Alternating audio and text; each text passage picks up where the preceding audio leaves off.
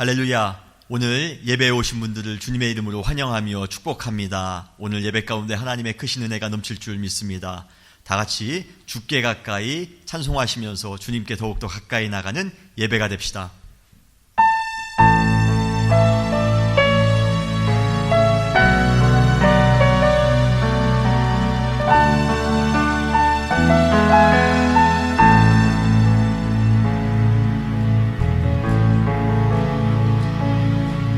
주께 가까이 날 이끄소서. 간절히 주님만을 원합니다. 채워주소서. 주의 사랑을 진정한 찬양 드릴 수 있도록. 다시 한번 주께 가까이. 주께 가까이 날 이끄소서. 간절히 주님만을 원합니다. 채워주소서. 주의 사랑을 진정한 찬양 드릴 수 있도록.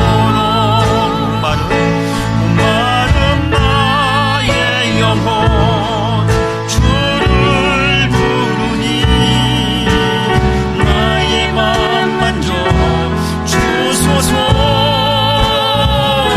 주님만을 원합니다. 더 원합니다. 나의 맘 만져 주소서. 다시 한번 처음부터 하시겠습니다. 주께 가까이. 주께 가까이 날 이끄소서. 간절히 주님만을 원합니다. 채워주소서. 주의 사랑을 진정한 찬양 드릴 수 있도록. 목마른 내 영혼, 목마른 나의 영혼 주를 부르니 나의 맘 만져 주소서. 주님만을 원합니다. 더 원합니다. 나의 맘 만져 주소서. 목마른 내 영혼, 할렐루야. 목마른 나의 영혼 주를 부르니 나의 맘 만져 주소서. 주님만을 원합니다. 더 원합니다. 나의 맘 만져 주소서. 나의 맘 만져주소서. 나의 맘 만져 주소서.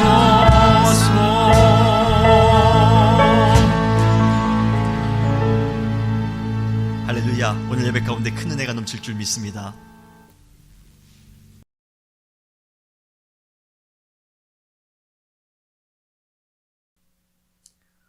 할렐루야. 주님의 이름으로 오늘 주일 예배를 시작하겠습니다. 다 같이 묵상으로 기도하시겠습니다.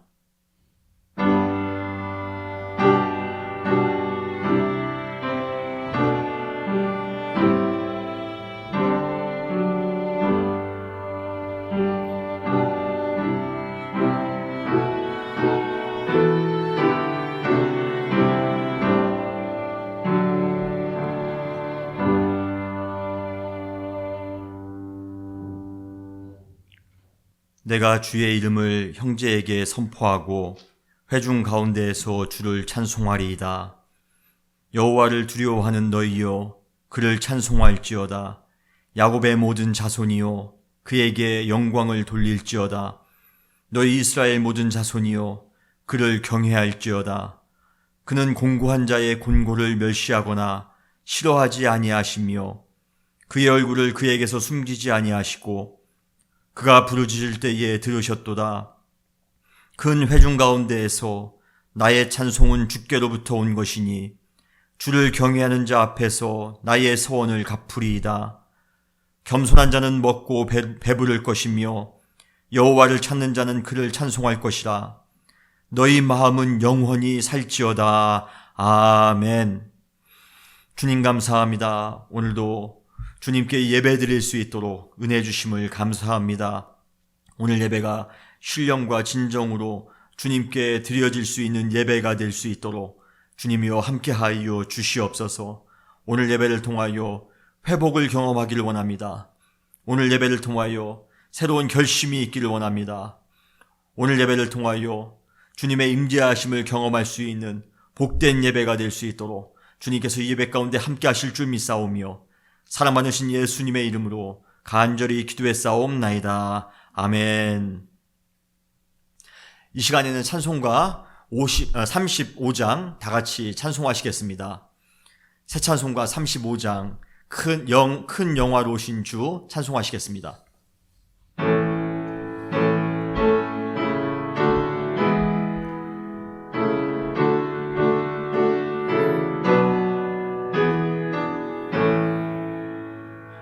큰 영화로우신 주 이곳에 오셔서 이 모인 자들로 주 백성 삼으사 그 중에 항상 계시고 그 중에 항상 계시고 큰 영광 나타내소서.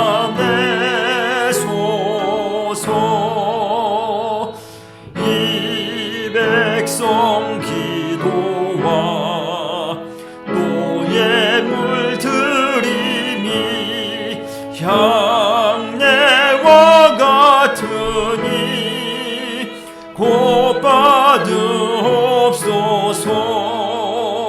주 예수 크신 복음을 그 예수 크신 복음을 만 백성 듣게 하소서. 또 우리 자손들 주를 기리고 저 성전 돌같이 긴하게 하소서. 주 구원하신 능력을 주 구원하신 능력을 늘 끝날까지 주소서. 주 믿는 만민이 참 진리 지키며 예성도들 같이 주 찬송하다가 저 천국 보좌 앞에서 저 천국 보좌 앞에서 늘 찬송하게 하소서.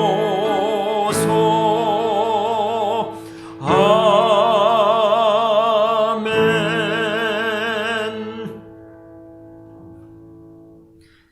이 시간 다 같이 사도신경으로 신앙 고백하시겠습니다. 전능하사 천지를 만드신 하나님 아버지를 내가 믿사오며 그 외아들 우리 주 예수 그리스도를 믿사오니 이는 성령으로 잉태하사 동정녀 마리아에게 나시고 본디오 빌라도에게 고난을 받으사 십자가에 못 박혀 죽으시고 장사한 지 사흘 만에 죽은 자 가운데서 다시 살아나시며 하늘에 오르사 전능하신 하나님 우편에 앉아 계시다가 저리로서 산자와 죽은 자를 심판하러 오시리라. 성령을 믿사오며 거룩한 공회와 성도가 서로 교통하는 것과 죄를 사하여 주시는 것과 몸이 다시 사는 것과 영원히 사는 것을 믿사옵나이다. 아멘. 할렐루야. 오늘 예배를 드리시는 사랑하는 모든 성도님들을 주님의 이름으로 환영하며 축복하며 사랑합니다. 이 시간에 우리 함께 인사하실 때 오늘 특별히 가정에서 온라인 예배를 드리시는 분들은 가족과 더불어, 그리고 이 자리에 계신 분들은 사랑하는 성도님들과 더불어 함께 축복하며 사랑하며 인사하는 시간 갖겠습니다. 다 같이 인사하시겠습니다. 주님의 이름으로 환영합니다. 주님의 이름으로 축복합니다. 주님의 이름으로 사랑합니다. 우리가 서로 사랑하는 이곳에 하나님께서 임재하심을 믿습니다. 우리 은혜교회와 우리 교회에 속한 모든 가정들 가운데 하나님의 크신 은혜가 또 사랑이 넘쳐날 수 있는 그러한 가정과 교회가 되기를 주님의 이름으로 축원합니다. 이 시간에는 교회 소식을 여러분들에게 말씀드리겠습니다. 우리 은혜교회의 사명은 예수 그리스도의 제자가 되어 세상의 변화를 주도하는 교회입니다. 우리 은혜교회를 통하여 이 지역이 복음으로 또 하나님의 은혜로 변화되는 놀라운 역사가 임하게 될 줄 믿습니다. 그를 위해 2020년도 교회의 목적은 예수 그리스도를 닮아가는 교회입니다. 예수 그리스도를 본받는 교회, 그리고 예수님을 믿음으로 따라가는 교회, 그러므로 예수님을 닮아갈 수 있는 그러한 교회가 되기 위하여 함께 노력하시기를 바랍니다. 5월은 대면 예배를 위해 준비하는 달입니다. 우리가 6월 첫 번째 주 6월 7일부터 대면에서 함께 예배 드리려 준비하고 지금 기도하고 있습니다. 기억해 주시고, 우리가 그를 위해 6월 6일까지 아침 금식을 하고 있는 중에 있습니다. 우리가 대면 예배 가운데 새로 거의 3달 만에 함께 모여서 예배를 드리는데요. 함께 예배 드리는 대면 예배를 통해 하나님의 크신 은혜와 크신 능력을 경험하는, 새롭게 부흥하는 교회가 되기 위하여 우리가 지금부터 준비하는 마음으로 대면 예배를 준비해야 되지 않을까 싶습니다. 여러분, 6월 7일 대면 예배 시작을 즈음하여 우리가 함께 기도하며 또 준비할 수 있는 이번 5월달이 되기를 간절히 바랍니다. 오늘은 우리가 교회 주차장에서 예배를 드립니다. 드라이브인 월십 서비스를 드리고 있는 중에 있습니다. 지금 온라인으로 예배를 드리시는 분들은 가정에서 예배를 드리시지만 지금 이 시간에 교회에서 예배를 드리시는 분들은 주차장에서 예배를 드리고 있는 중에 있습니다. 하나님의 사랑으로 우리 성도 간에 서로 교통할 수 있는 그러한 귀한 예배가 되기를 기대합니다. 동시에 오늘 이 예배, 지금 온라인 예배는 여러분들 같이 제공을 해드리고 있는데요. 우리뿐만 아니라 주변에 예배를 사모하시는 분, 복음을 사모하시는 분들에게도 함께 전달해 주셔서 같이 한마음으로 예배 드리실 수 있도록, 또 복음을 접하실 수 있도록 지금 이 영상을 주변에 있는 많은 분들에게 전달해 주시면 감사하겠습니다. 교회의 헌금은 교회 주소 PO박스나 아니면 온라인 빌페이로 보내주시기를 바랍니다. 아니면 저나 우리 장로님들에게 직접 헌금을 전달해 주셔도 좋습니다. 저희가 지금 온라인 라이브 새벽 예배를 매주 화요일부터 금요일까지 오전 6시에 함께 드리고 있습니다. 지금 지난주부터 우리가 출애굽기 강해를 시작했는데요. 여러분들 많은 분들이 참여해 주시기를 바라고요. 그리고 주변에 함께 새벽 예배를 나누기를 원하시는 분들에게 우리 교회 유튜브 채널을 소개해 주셔서 많은 분들이 함께 참여하시거나 또 말씀을 나누실 수 있도록 해 주시면 감사하겠습니다. 유튜브 교회 채널로 들어오시면 언제든지 교회 새벽 예배와 또 온라인 주일 예배를 함께 나누실 수가 있습니다. 우리가 지금 성도님들의 교회 단톡방을 개설해서 활발하게 지금 같이 나누고 있는 중에 있습니다. 은혜의 글, 또 좋은 찬송, 아니면 우리가 예배드리는 후기들을 여러분들께서 올려주시면 함께 은혜를 나눌 수 있는 공간이 될 것입니다. 우리가 지금 만나지 못하기 때문에 우리 성도 간에 많은 그리움이 있습니다. 이러한 단톡방을 통해서도 우리가 함께 나누며 사랑을 실천할 수 있는 그러한 공간이 되기를 바랍니다. 지금 전염병이 많이 우리 주위에 확산되어지고 있습니다. 우리 많은 성도님들이 건강하고 안전하게 지내실 수 있도록 기도해 주시고, 우리가 이번 이 어려움을 통하여 낙담하거나 또 어려움 가운데 실망하며 살아가는 것이 아니라 오히려 전화위복의 시간이 되고 또 더욱더 주님을 만나는 은혜의 시간이 될 수 있도록 함께 기도하시며 함께 성도 간의 사랑을 나눌 수 있는 복된 시간이 되기를 바랍니다. 이 시간에는 우리 함께 기도하는 시간을 갖겠습니다. 우리가 한 목소리로 기도하실 때에는 우리가 이 지역을 위하여, 또 우리 은혜교회를 위하여, 우리 사랑하는 성도님들을 위하여, 우리 시대를 위하여 함께 기도해 주시기를 바랍니다. 그리고 오늘 예배 가운데 하나님의 큰 은혜가 넘칠 줄 믿습니다. 소원하시면서 이 시간 다 같이 한 목소리로 기도하시겠습니다.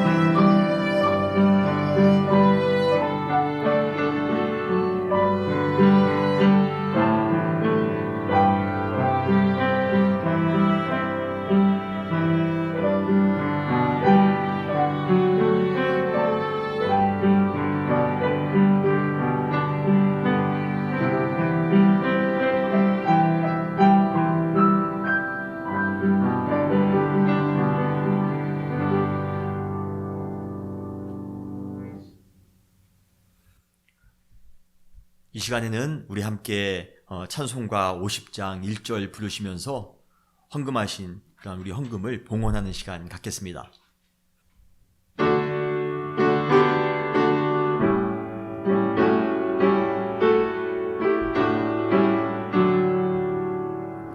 내게 있는 모든 것을 아낌없이 드리네.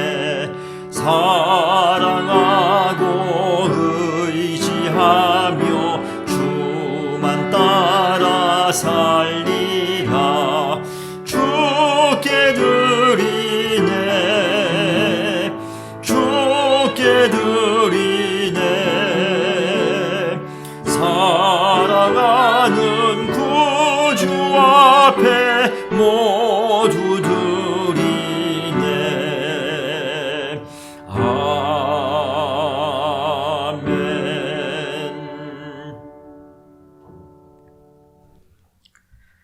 주님 감사합니다. 한 주간 동안도 주님의 은혜 가운데 살아갈 수 있도록 주님께서 함께 해주심을 감사합니다. 주님의 은혜가 감사하여 이 시간 주님께 귀한 예물을 드렸습니다. 예물을 드린 사랑하는 모든 성도님들을 축복하여 주시어서 하나님의 은혜와 하나님의 평강이 삶 가운데 충만히 넘쳐날 수 있도록 은혜 허락하여 주시옵소서. 주님께 기쁜 마음으로 드리는 우리 성도님들의 마음을 주님께서 붙잡아 주시고, 지금 어려운 시기입니다. 힘든 시기입니다. 그럼에도 불구하고 삶 가운데 찬양이 넘쳐나는 삶이 되기를 원합니다. 기쁨과 감사가 넘쳐나는 삶이 될 줄 믿습니다. 주님께서 길을 열어주심으로 말미암아 항상 주님께 영광이 될 수 있는 그러한 복된 삶 될 수 있도록 축복하여 주실 줄 믿습니다. 주님께서 우리 사랑하는 성도님들의 지경을 넓혀주시고 영향력의 지평을 넓혀주시어서 항상 주님의 그러한 복음을 증거하며 살아갈 수 있는, 수많은 사람들에게 하나님의 선한 빛을 보이며 살아갈 수 있는 우리 모든 성도님들 될 수 있도록 축복하여 주시옵소서. 특별히 건강의 축복 허락하여 주시고 어려운 시기에 재정적인 은혜도 허락하여 주시며 수많은 사람들을 돌볼 수 있는 그러한 거룩한 마음, 은혜의 마음이 우리 모두에게 넘쳐나므로 더불어 하나님의 크신 은혜와 평강이 우리 교회 가운데, 또 우리 모든 사랑하는 성도님들 가운데 임할 수 있도록 축복하여 주시옵소서. 주님께서 우리의 예배를 붙잡아 주실 줄 믿습니다. 받아 주실 줄 믿습니다. 오늘도 말씀을 통하여 큰 은혜 주실 줄 믿사오며 사랑 많으신 예수님의 이름으로 간절히 기도했사옵나이다. 아멘. 이 시간에는 하나님의 말씀을 봉독하는 시간을 갖겠습니다.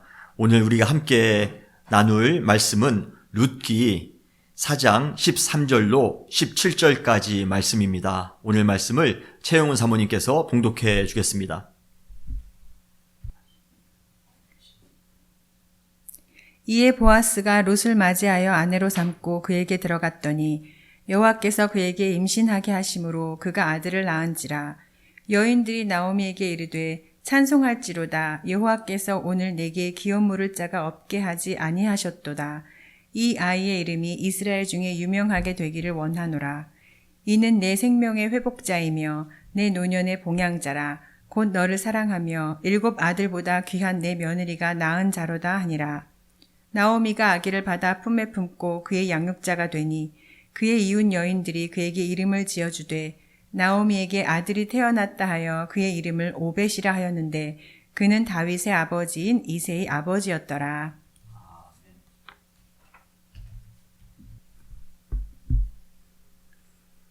할렐루야.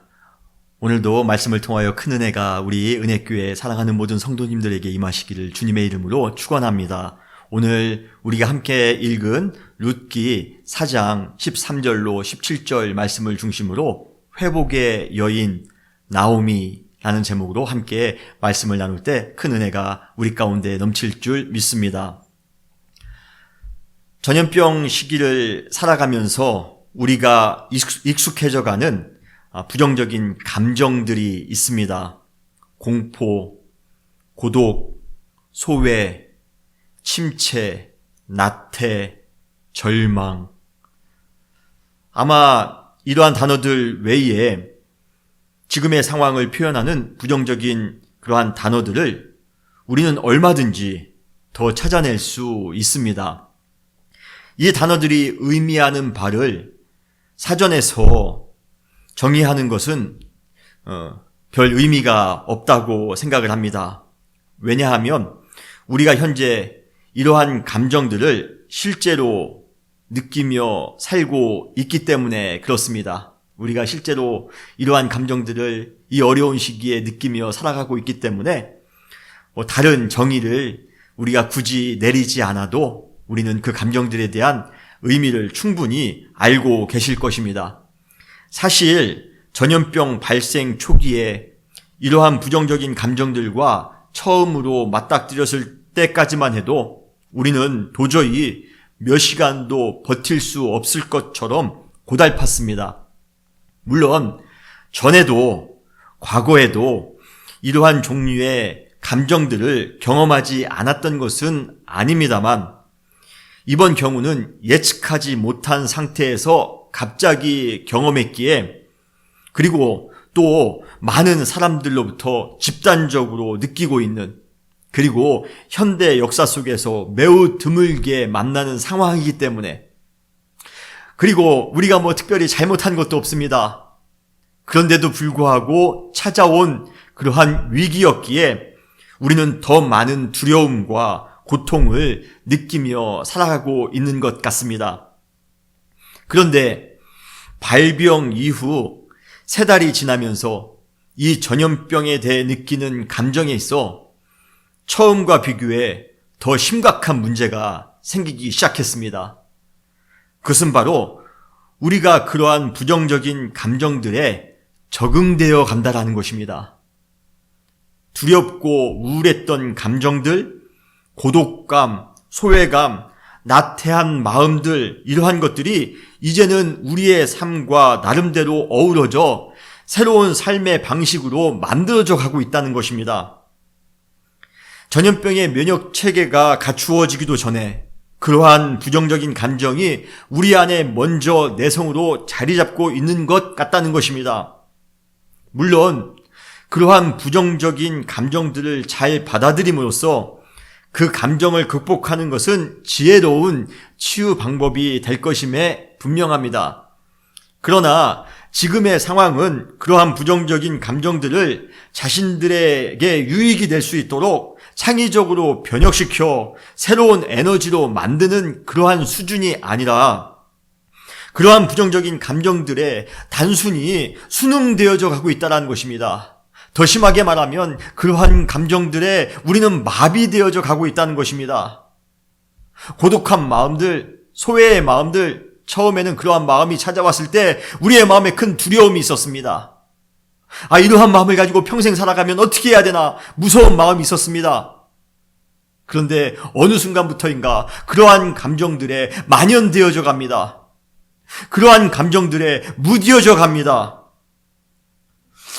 그러한 감정들에 순응되어져 가면서, 그러한 부정적인 그러한 감정들에 마비되어져 가면서 우리는 회복의 기회를 잃고 산다는 것입니다. 그러나 부정적인 감정들이 해소되지 않고 우리의 마음의 탱크에 쌓여져 가다 보면 어느 순간 크게 무너질 수가 있다는 것입니다. 그래서 우리는 회복이 필요합니다. 그래서 우리는 회복이 필요한 것입니다. 우리 시대에 큰 어려움 가운데 점점 쌓여져 가고 있는 부정적인 감정들에 의해 무의식적으로 지배당하며 살 것이 아니라, 무뎌진 마음으로 살아갈 것이 아니라, 그러한 모든 부정적인 감정을 극복하고 건강한 마음과 건강한 영혼을 가지고 살기 위해 우리는 반드시 회복을 경험해야 되는 것입니다. 사랑하는 성도 여러분, 우리가 부정적인 감정 가운데 무뎌져 살아가는 것이 아니라, 마비되어져 살아가는 것이 아니라, 그러한 모든 감정 중에도 우리가 그 감정을 극복함으로 회복을 경험하며 살아가시는 사랑하는 우리 성도님들 되시기를 주님의 이름으로 축원합니다. 대부분의 성경 인물들은 자신들 안에 있는 아픔들, 고통들, 두려움들, 절망의 감정들을 믿음으로 잘 극복함으로써 회복을 경험했던 사람들이었습니다. 우리는 그들 중에 앞으로 2주 동안 2명의 인물을 함께 나누려 합니다. 그들의 공통점은 모두 구약의 인물들입니다. 그리고 다 여인들입니다. 그리고 그 두 인물은 거의 동시대를 살았던 사람들입니다. 그들이 누구입니까? 바로 나오미와 그리고 한나입니다. 모세나 다윗, 엘리야 같이 민족 전체의 역사에 큰 영향력을 주었던 걸쭉한 스타 리더는 아니지만 오히려 그러한 점 때문인지 그들의 신앙과 회복, 나오미와 한나의 신앙과 회복이 지금의 불편한 시대 속에서 회복을 기대하며 살아가는 평범한 하나님의 사람들, 평범한 우리들에게 더욱더 현실적으로, 더욱더 실제적으로 다가오고 있지 않을까 생각을 합니다. 우리는 이번 주에 특별히 나오미에 대해서 함께 나누려 합니다. 그리고 다음 주에는 한나에 대해서 나누려 합니다. 특별히 이번 주에 나오미에 대해서 함께 나누면서 여러분도 또 한번 여러분 안에 있는 부정적인 감정들, 그러한 감정들을 잘 극복하고 회복할 수 있는 그러한 은혜가 여러분들에게 있으시기를 바랍니다. 이번 주에는 나오미에 대해서 함께 나누기를 원합니다. 성경에 보면 많은 인물들이 큰 고난을 만납니다. 그런데 그들 중에 제일 큰 고난을 당한 사람이 누구일까? 인생의 가장 큰 아픔을 당한 사람이 누구일까라고 할 때 저는 두 사람이 제일 먼저 떠올랐습니다. 처음에는 욥입니다. 그리고 두 번째는 나오미였습니다. 그런데 그중 욥이 당한 고난은 사실 너무 엄청납니다. 우리가 너무 엄청나다 보면 비현실적으로 느껴지게 돼 있습니다. 우리가 지구가 아주 빠른 속도로 공전하기 때문에 지구의 이 속도감을 느끼지 못하는 것처럼 솔직히 욥의 고난의 무게가 너무 무겁기 때문에 우리 마음에 잘 와닿지 않을 때가 많이 있습니다. 어떻게 그렇게 큰 고난이 인생 가운데 있을까? 정말 믿기지 않아. 이 정도 수준입니다. 그러나 나오미의 고난은 욥의 고난과 달리 우리 현실 속에서 얼마든지 만날 수 있는 고난이기에, 물론 그렇다고 해서 나오미의 고난이 흔한 것은 아니지만 그럼에도 불구하고 현실 가운데 얼마든지 일어날 수 있는 그러한 고난이기에 우리는 쉽게 나오미의 아픔과 고난에 우리의 감정이 이입될 수가 있는 것입니다. 나오미의 가족은 든든한 남편 엘리멜렉과 눈에 넣어도 아깝지 않은 두 아들 말론과 기럧으로 구성된, 그러고 보니 저희 가정도 두 아들인데요, 저희 가정과 똑같은 아주 든든한 단란했던 4인 가족이었습니다. 그런데 어느 날 갑자기 이스라엘에 흉년이 찾아옵니다. 그 어려움을 피해 이웃나라인 모압 땅으로 이주해 갔습니다. 그들이 자신의 민족을 떠나 타 민족으로 갔을 때는 좀 더 나은 삶, 성공한 삶을 꿈꾸며 희망하며 갔을 것입니다. 우리도 지금 미국에 와 있는 이유가 무엇입니까? 바로 더 나은 삶, 더 아름다운 삶을 기대하며 이 미국 땅에서 살아가고 있는 것 아니겠습니까? 그런데 성경에 보면 그 가족이 왜 자신의 민족을 떠나 이방 민족으로 갔는지, 그리고 그 땅 모압 땅에서 무슨 일을 하면서 살았는지에 대한 어떠한 정보도 말해주고 있지는 않습니다. 대신 룻기에 보면 서두에서 나오미의 가족을 소개하자마자 곧바로 비극적인 나오미의 상황만 우리에게 말해줄 뿐입니다.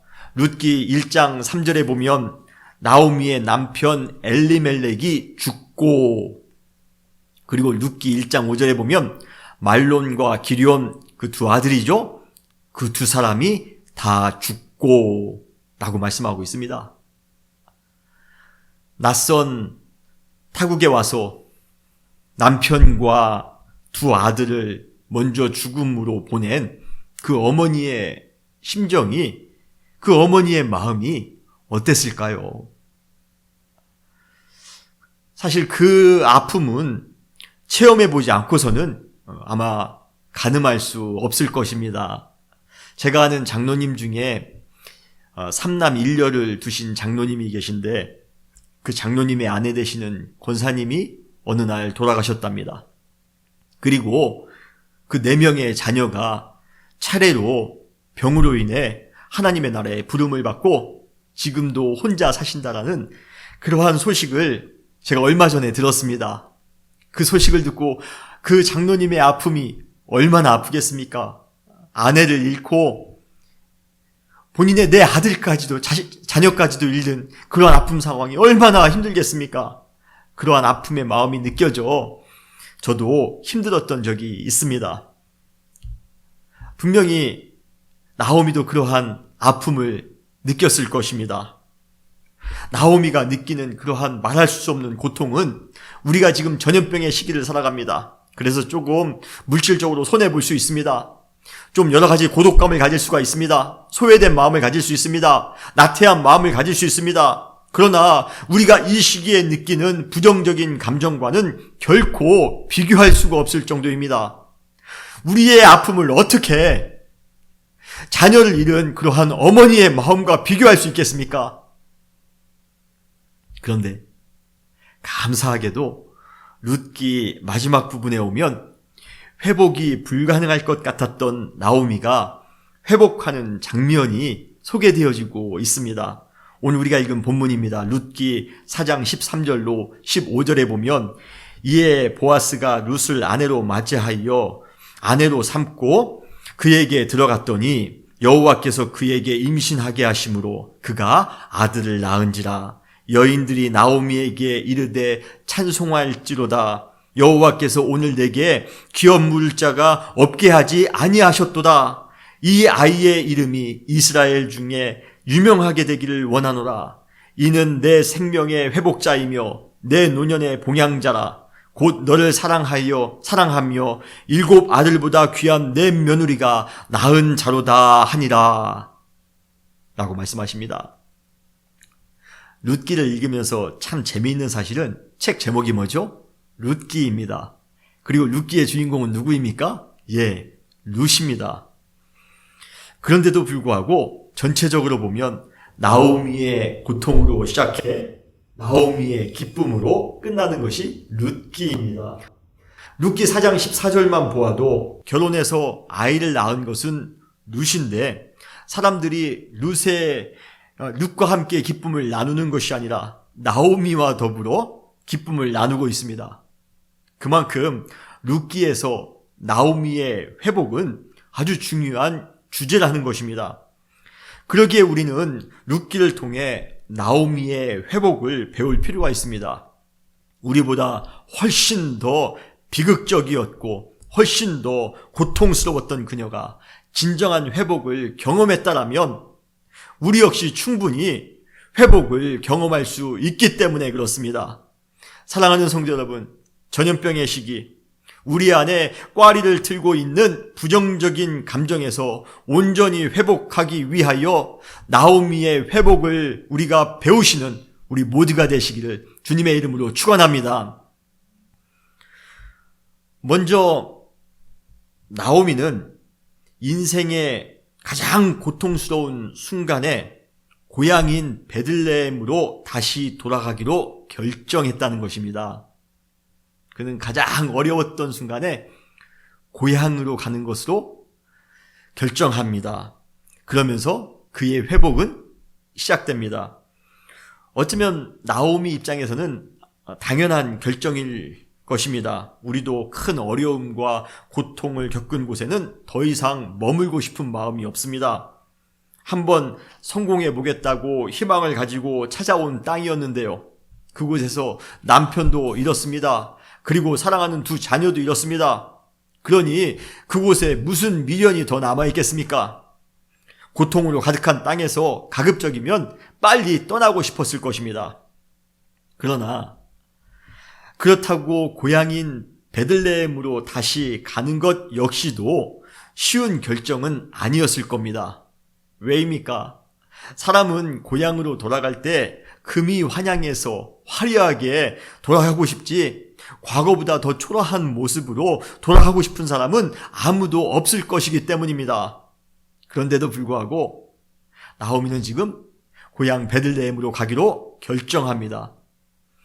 그런데 그녀가 그렇게 결정한 이유는 단순히 모압 땅이 자신의 가족을 비극으로 내몰았던 장소였기 때문이 아닙니다. 고향에 가는 것이 좀 수치스럽기는 하지만 그곳에 가면 무언가 좀 잘 될 것이라 막연한 기대가 있었기 때문도 아닙니다. 나오미가 고향을 향해 가기로 결정한 이유는 바로 자기의 고향에 하나님께서 계시기 때문에 그렇습니다. 오늘 우리가 룻기 1장 6절에 보면 나오미가 고향 베들레헴으로 가기로 결정하는 장면이 나옵니다. 그 여인이 모압 지방에서 여호와께서 자기 백성을 돌보시사 그들에게 양식을 주셨다 함을 듣고 이에 두 며느리와 함께 일어나 모압 지방에서 돌아가려 하여 라고 말씀하십니다. 그가 소문을 들었습니다. 무슨 소문입니까? 하나님께서 자기의 민족을 지금 돌보시고 있다는 것입니다. 하나님께서 지금 베들레헴에 계시다라는 그러한 소문을 듣습니다.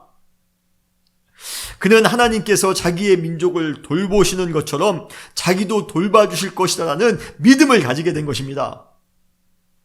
그 구절에 보면 돌보다라는 그러한 단어가 나옵니다. 이 돌보다라는 단어의 히브리어는 파카드라는 단어입니다.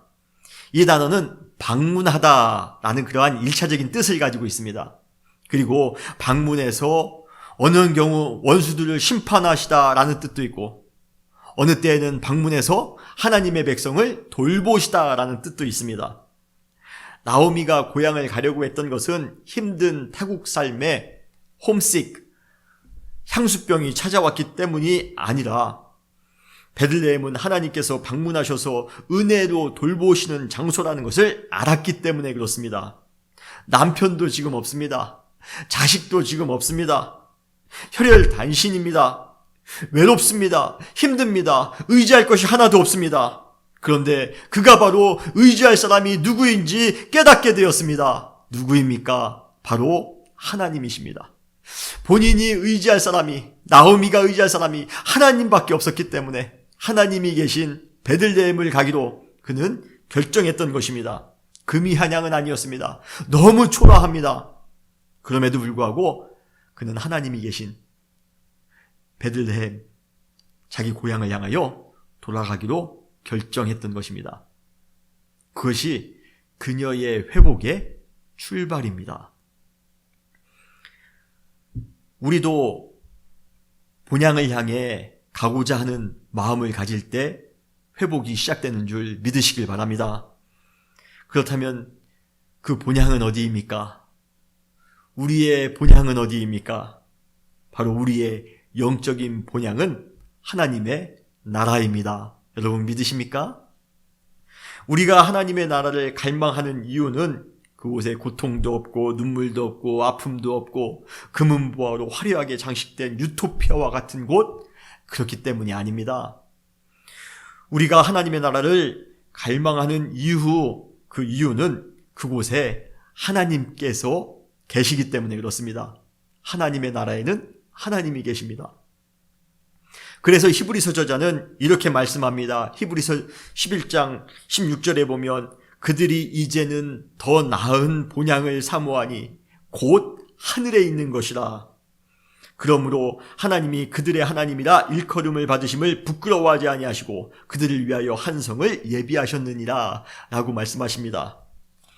우리의 회복을 위해 주님께서 계신 곳 하나님의 나라를 사모하며 그곳을 향해 믿음으로 나아가는 우리 모두가 되시기를 주님의 이름으로 축원합니다. 복음성가 중에 순례자의 노래라는 그러한 찬양이 있습니다. 저 멀리 배는 나의 시온성, 오 거룩한 곳 아버지 집, 내 사모하는 집에 가고자 한밤을 세웠네. 이 망망한 바다 가운데 나 고난 마음 있을지라도 오늘은 이곳 내일은 저곳 내가 주님의 복음을 전하며 살아가리. 힘들고 어렵지만 우리 안에 부정적인 생각으로 가득 차 있지만 그럼에도 불구하고 우리가 본향을 향하여 믿음을 가지고 하루하루를 살아갈 때 그때 주님께서 우리의 마음에 소망 주심을 믿으시길 바랍니다. 우리의 마음을 회복해 주심을 믿으시길 바랍니다. 지금 나오미가 본향, 바로 하나님이 계신 곳, 하나님이 돌보시는 곳, 바로 그녀는 그곳이 하나님의 계심을 알았기에 그곳에 가야지만이 내가 회복을 받을 수 있다는 사실을 알았기에 베들레헴으로 가기로 결정했던 것입니다. 우리 모두가 우리의 본향인 하나님의 나라를 향하여 오늘 믿음의 여정을 출발하시는 우리 모두가 되시기를 주님의 이름으로 축원합니다. 두 번째로 나오미의 회복의 과정을 살펴보면 그녀는 자신의 상태가 어떤지를 솔직하게 잘 알고 있었다는 것입니다. 내가 어떠한 상태인지를 정확하게 아는 것에서부터 우리의 회복은 시작되어집니다. 드디어 나오미는 자부인 룻과 함께 베들레헴에 도착했습니다. 도착하자마자 나오미가 예상했던 일이 그대로 벌어지고 있습니다. 뭡니까? 온 도시가 그녀가 왔다는 소식으로 떠들썩했던 것입니다. 룻기 1장 19절에 보면 이에 그 두 사람이 베들레헴까지 갔더라. 베들레헴에 이를 때에 온 성읍이 그들로 말미암아 떠들며 이르기를 이가 나오미가 아니냐 하는지라. 온 동네가 지금 시끄럽습니다. 오랜만에 나오미가 왔기 때문에 그렇습니다. 성공해서 좋은 모습으로 올 것 같으면 더 많은 사람들이 나와서 아주 시끌벅적하게 플랜카드도 써붙이고 꽃종이도 날리면서 맞이해 주기를 바랍니다. 그러나 초라한 모습으로 고향에 돌아올 것 같으면 아무도 모르게 그냥 조용히 집으로 돌아가고 싶은 것이 우리의 바람일 것입니다.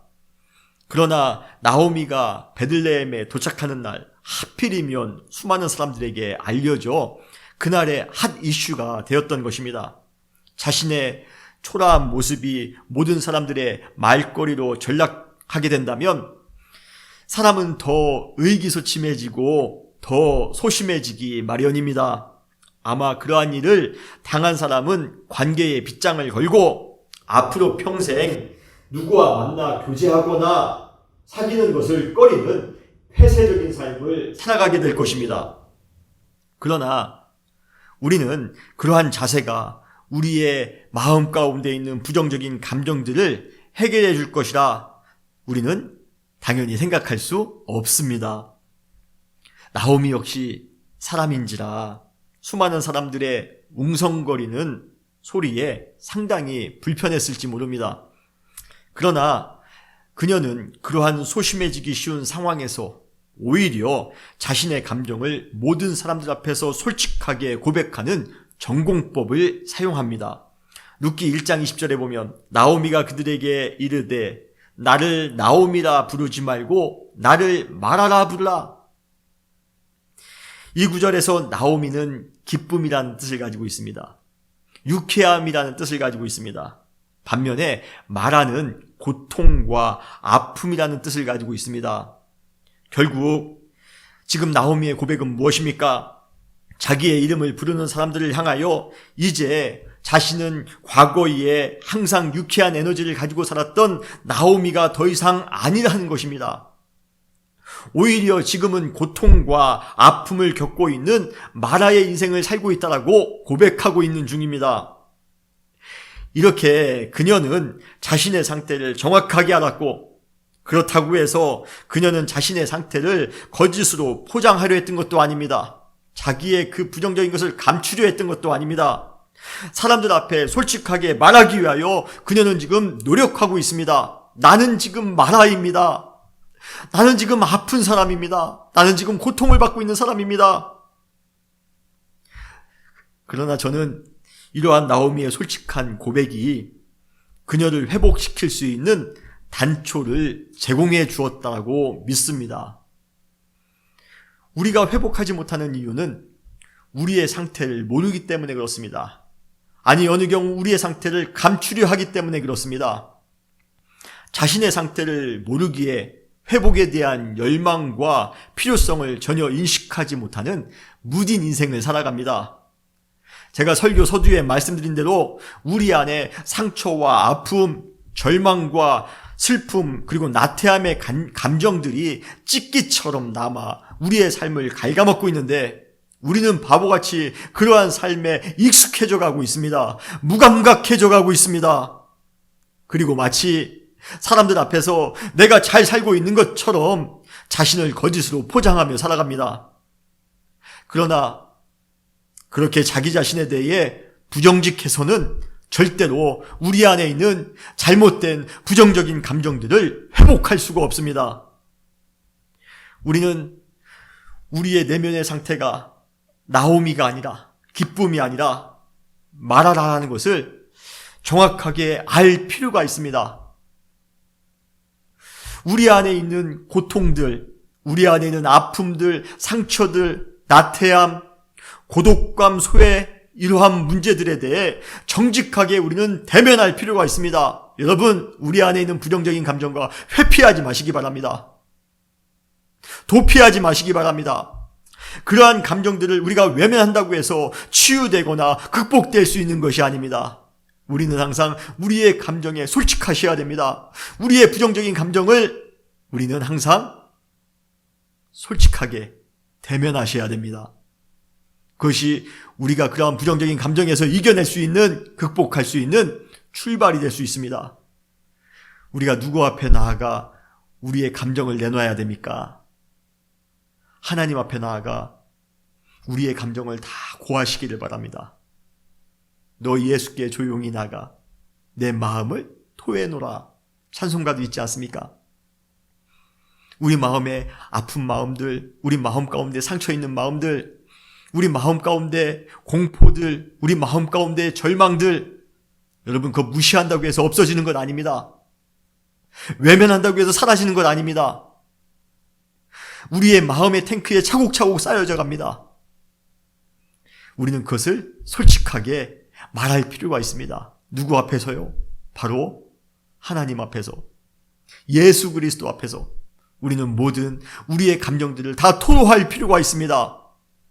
더불어 우리 안에 있는 더 근본적인 죄의 문제들, 우리 안에 있는 과거의 상처의 문제들, 여러분, 이것을 올바르게 직시할 필요가 있습니다. 그때 비로소 우리는 회복을 위한 치유의 문을 비로소 열 수가 있습니다. 사랑하는 성도 여러분, 우리 안에 있는 아픔과 고통, 치유와 회복의 문제들, 이러한 필요성들을 주님 앞에 나아가 솔직하게 표현하시기 바랍니다. 우리가 지금 전염병의 시대를 살아가면서 우리 마음에 겪고 있는 여러 가지 인간적인 부정적인 감정들이 있습니다. 여기에 우리가 익숙해지지 마시고, 여기에 우리가 무뎌지지 마시고, 주님 앞에 나아가 우리 안에 있는 감정들을 토로하시기를 바랍니다.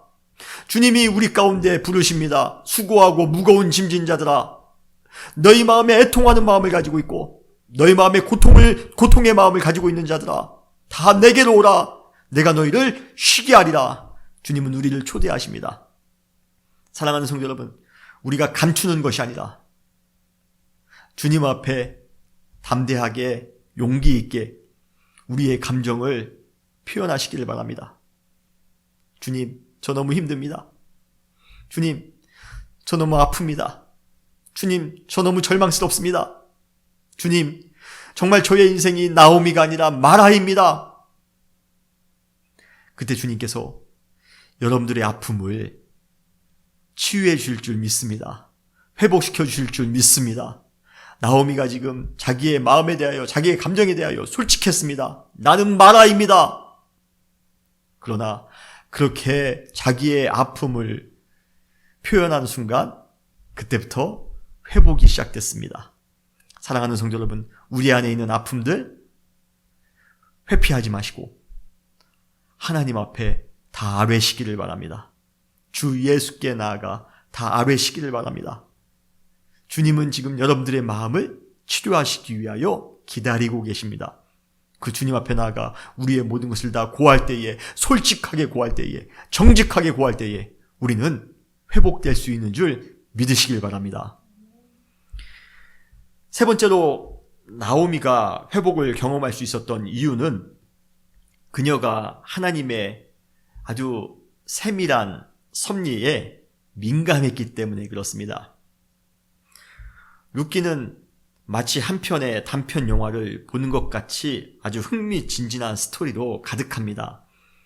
그런데 그 중에서도 단연코 가장 극적인 부분은 룻기의 주인공인 이 룻과 보아스가 보리밭에서 만나는 장면입니다.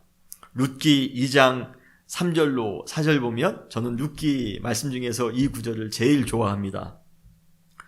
룻이 가서 베는 자를 따라 밭에서 이삭을 줍는데 우연히, 아주 우연히 엘리멜렉의 친족 보아스에게 속한 밭에 이르렀더라.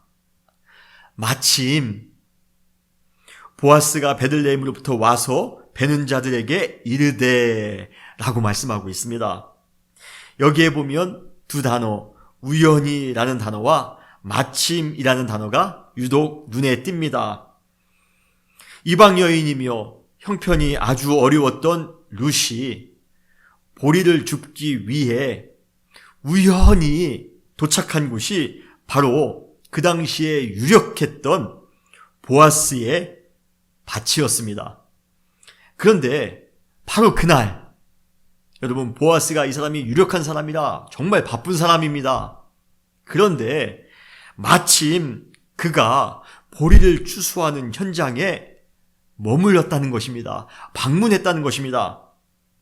어떻게 보면 모든 것이 다 우연일 수 있습니다. 뭐 그럴 수 있죠. 어떻게 하다 보면 그런 일이 생길 수도 있죠. 우연입니다. 라고 생각할 수도 있습니다만, 이러한 모든 상황을 전해들은 나오미에게 있어서 이 일은 결코 우연이 아니라 그 안에 하나님의 세미한 섭리가 있다는 것을 나오미는 깨닫게 되었습니다. 그녀는 그 모든 사건 안에 하나님께서 특별하게 운항하고 계심을 믿었고 앞으로 계속해서 선한 방향으로 진행해 나가실 것이라 내심 기대했던 것입니다.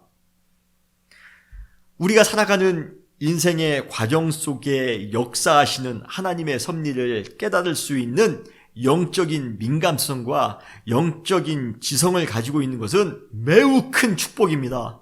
저는 우리 사랑하는 성도님들이 그러한 영적인 민감성과 영적인 지성을 갖추셨으면 좋겠습니다. 하나님의 섭리는 우리의 계획과 우리의 생각을 뛰어넘는 우리를 아주 멋진 하나님의 신비로 우리를 인도할 것입니다. 그래서 우리는 매 순간 하나님의 섭리 속에 담겨져 있는 삶의 의미를 발견하는 것만으로도 우리의 인생은 아름답고 풍부해질 것입니다. 그리고 그러한 인생을 살아가는 사람은 참된 회복을 경험할 수가 있는 것입니다. 전염병의 시기, 많은 사람들이 이 상황을 재수없게 덫에 걸린 그러한 것처럼 운이 없어, 나는 정말 운이 없어 라고 생각하고 있을지 모릅니다. 그러나 그러한 생각은 우리 안에 있는 부정적인 감정들을 해결하는데 전혀 도움을 줄 수가 없습니다. 그러나 이 혼돈의 시기 속에 하나님께서 새겨놓으신 아름다운 섭리가 있다라고 저는 믿습니다. 그것을 발견하는 것만으로도 우리는 회복을 경험하게 될 것입니다. 나오미가 평범한 일상 속에서 일어난 단순한 만남이었지만 그 만남을 통해 하나님의 섭리가 있다는 것을 깨닫는 순간, 룻과 보아스가 만나는 그 만남 안에 하나님의 섭리가 있다는 것을 발견하는 그 순간 이후로 그녀의 삶은 매우 큰 흥미로 가득 찼던 것입니다. 지금까지는 웃을 일이 없었습니다. 지금까지는 행복할 일이 없었습니다. 그런데 갑자기 룻이 보아스를 만났다라는 그러한 말을 전해 들은 그 순간, 야, 하나님이 뭔가 특별한 일을 행하시는가 보다. 마음에 기대가 생겼던 것입니다. 마음에 흥미가 생겼던 것입니다. 그러면서 그 순간까지 자신을 억눌러 왔던 아픔과 고통, 그러한 감정들이 새로운 소망과 기대로 변화되는 것을 느끼게 되었던 것입니다. 바로 나오미가 회복을 경험하고 있는 것입니다. 사랑하는 성도 여러분, 전염병의 시기, 그렇지만 이 시기 가운데 담겨져 있는 하나님의 섬세한 섭리를 발견하고 그 안에 담겨져 있는 하나님의 메시지가 분명히 있습니다. 그 하나님의 뜻이 분명히 있습니다. 그것을 발견하시고 우리도 나오미처럼 영적 회복을 경험할 수 있는 그러한 은혜가 우리 모두에게 있으시기를 주님의 이름으로 축원합니다. 마지막으로 회복을 위해 중요한 것은 관계를 통해 회복을 경험할 수 있다는 것입니다. 사람들은 다른 사람의 간섭 없이 그냥 나 혼자 편하게 휴식 시간을 갖든지, 나 혼자 명상하는 시간을 갖든지, 그냥 나 혼자 내 하고 싶은 것 하고 싶습니다. 그러면 나에게 회복이 찾아올 것이라 생각합니다. 그러나 여러분, 전혀 그렇지 않습니다. 사람은 절대로 자기 혼자만으로는 회복을 경험할 수 없도록 디자인되어져 있습니다. 사실 룻기에 보면 나오미가 자기 자신의 회복을 위해 무언가 자기 스스로 실행한 것은 하나도 없습니다. 나오미가 베들레헴에 도착한 이후에 한 것이라고는 그냥 집에 혼자 있는 것밖에 없었습니다. 그런데도 그녀가 회복을 경험할 수 있었던 이유는 바로 그녀 옆에 좋은 사람들이 있었기 때문에 그렇습니다. 특별히 그녀의 회복은 모두 룻이 한 일 또는 보아스가 한 일과 연결되어져 있습니다. 룻이 그 시어머니 나오미를 위하여 베들레헴까지 함께 동행해 주었습니다. 그리고 그 시어머니를 돌보기 위해 남이 밭에 가서 굳은 일을 하는 것도 마다하지 않았습니다. 또 보아스를 만난 이후에 그 보아스 역시 나오미와 룻을 위해 할 수 있는 모든 배려를 해 주었습니다. 평생 손자를 안아볼 것이라 생각도 하지 못했습니다만 룻과 보아스가 가정을 이룸으로써 손자를 안게 되었습니다. 손자를 안는 순간 그 마음에 얼마나 큰 행복감과 얼마나 큰 그러한 회복이 있었는지 모릅니다. 그래서 룻기 오늘 본문 4장 15절에 보면 그 아이에 대한 내용이 나옵니다. 이는 내 생명의 회복자이며 내 노년의 봉양자라. 곧 너를 사랑하며 7 아들보다 귀한 내 며느리가 낳은 자로다. 룻이 자기의 친아들보다도 훨씬 더 낫답니다. 그리고 룻이 안겨준 그 아이가 나오미의 생명의 회복자랍니다. 결국 나오미에게 있어서 가장 큰 축복은 무엇이었습니까? 바로 사람이었습니다. 그리고 그 사람들로 인해 그녀는 진정한 회복을 누리게 된 것입니다. 우리의 회복 역시 우리의 노력보다는 우리 주변의 관계를 통해 되어질 것입니다. 사랑하는 가족, 사랑하는 친구, 그들을 통해, 함께 신앙생활을 하는 우리 사랑하는 성도님들을 통해, 함께 공부하는 학우를 통해, 함께 직장에서 일하는 직장 동료들을 통해, 그리고 이웃들을 통해, 그리고 생각지도 못한 익명의 위로자들을 통해 우리는 회복하게 될 것입니다. 어려운 시대, 모든 사람들이 다 고통과 아픔 가운데 살아가고 있습니다. 지금 이 시대에 안 아픈 사람이 어디 있습니까? 고통을 안 받고 있는 사람이 어디 있습니까? 다 힘듭니다. 다 어렵습니다. 그러나 나만 어렵다라는 그러한 마음을 가지고 이기적인 마음으로 자기의 아픔과 고통을 서로에게 전이하며 살아간다면 우리 모두의 공동체는 절대로 회복을 기대할 수가 없습니다. 그러나 어려운 시기를 살아가면서도 우리가 회복하기 위해서는 서로가 서로에게 회복자의 역할을 해 주어야 합니다. 사랑하는 성도 여러분, 우리를 회복시켜 줄 자가 바로 우리 주변에 있는 줄 믿으시길 바랍니다. 사람을 통하여 우리는 회복을 받을 수가 있습니다. 우리 사랑하는 은혜교회는 우리 성도님들이 서로 교통하고 있습니다. 이러한 교통 가운데 서로 돌보며 서로 사랑함으로 서로 회복을 누리시기를 바랍니다. 그러한 회복의 공동체가 되시기를 주님의 이름으로 축원합니다. 사랑하는 성도 여러분, 우리는 회복의 시대를 살아가고 있습니다. 먼저 하나님께서 계신 본향을 향한 삶의 여정을 다시 출발하시기 바랍니다.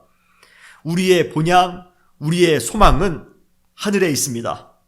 그리고 거짓된 회복으로 포장한 채 살아가지 마시고 우리는 회복이 필요한 존재임을 정직하게 깨달으시고 하나님 앞에 나아가 주님, 저 회복하고 싶습니다. 주님, 저 힘듭니다. 솔직하게 표현하는 우리가 되시기를 바랍니다.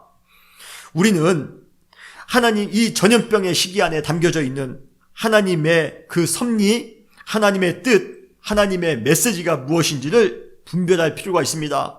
그것을 발견하면 우리의 영혼은 새로운 소망으로 회복하게 될 것입니다.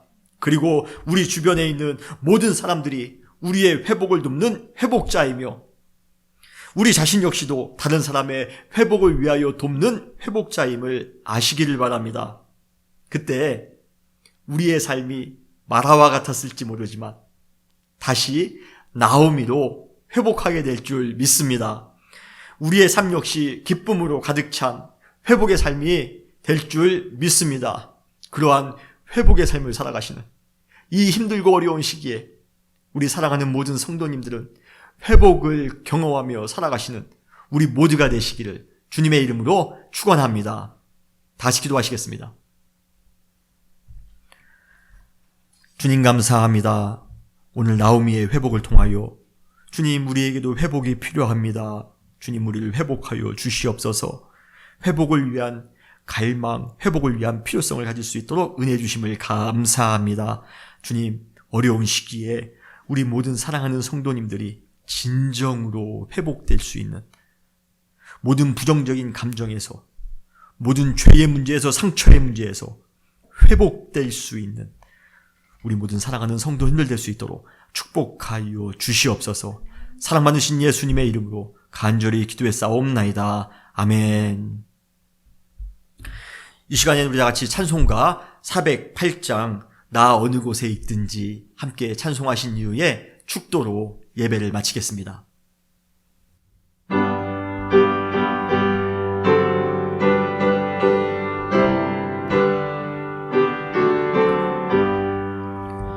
나 어느 곳에 있든지 늘 마음이 편하다. 주 예수 주신 평안함 늘 충만하도다. 나의 마음속이 늘 나의 마음속이 늘 평안해. 악한 죄 파도가 많으나 마음이 늘 편안해. 내 맘에 솟는 영생수 한없이 흐르니 목마른 낯이 없으며 늘 평안하도다. 나의 마음속이 늘 평안해. 나의 마음속이 늘 평안해. 악한 죄 파도가 많으나 마음이 늘 평안해. 참되신 주의 사랑을 형언치 못하네. 그 사랑 내 맘 여시고 소망을 주셨네. 나의 마음속이 늘 평안해. 나의 마음속이 늘 평안해. 악한 죄 파도가 많으나 마음이 늘 평안해. 참 고난을 왜 몸소 당했나. 주 함께 고난 받으면 멸류관 없겠네. 나의 마음속이 늘 평안해. 나의 마음속이 늘 평안해. 악한 죄 파도가 많으나 마음이 늘 평안해. 아멘. 이제는 우리 주 예수 그리스도의 은혜와 하나님 아버지의 무한하신 사랑하심과 성령님의 감화 감동 충만하시는 종이 주님, 어려운 시기에 상처 있는 마음이 있습니다. 우리 안에 부정적인 감정들이 있습니다. 주님, 이러한 모든 것에서부터 회복될 수 있도록 은혜 주시옵소서. 주님의 은혜를 갈망하는 사랑하는 성도님들 머리 위에 지금부터 영원토록 함께 하시기를 간절히 축원하옵나이다. 아멘.